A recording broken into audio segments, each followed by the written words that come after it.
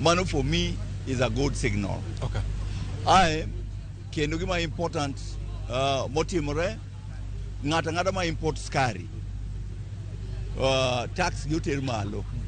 It therefore means ne kambi kaka Sony Sugar, kambi kaka Moroni, kambi kaka Chemelil kagi produce sukari, skach gi bobedo easily accessible, so there'll be no competition gi jomoko ma kora makelo sukari ko oko. Fertilizer obedo zero rated. Ngata matimo pur medala bo bedo able to puro boyod cham makare. And maneno ka muhimu kabisa. And more important, a budget ni one kaka jogem.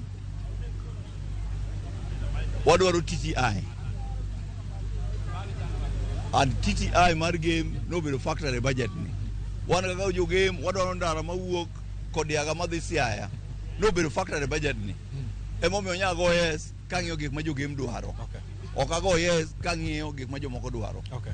Because sometimes you must take the difficult path.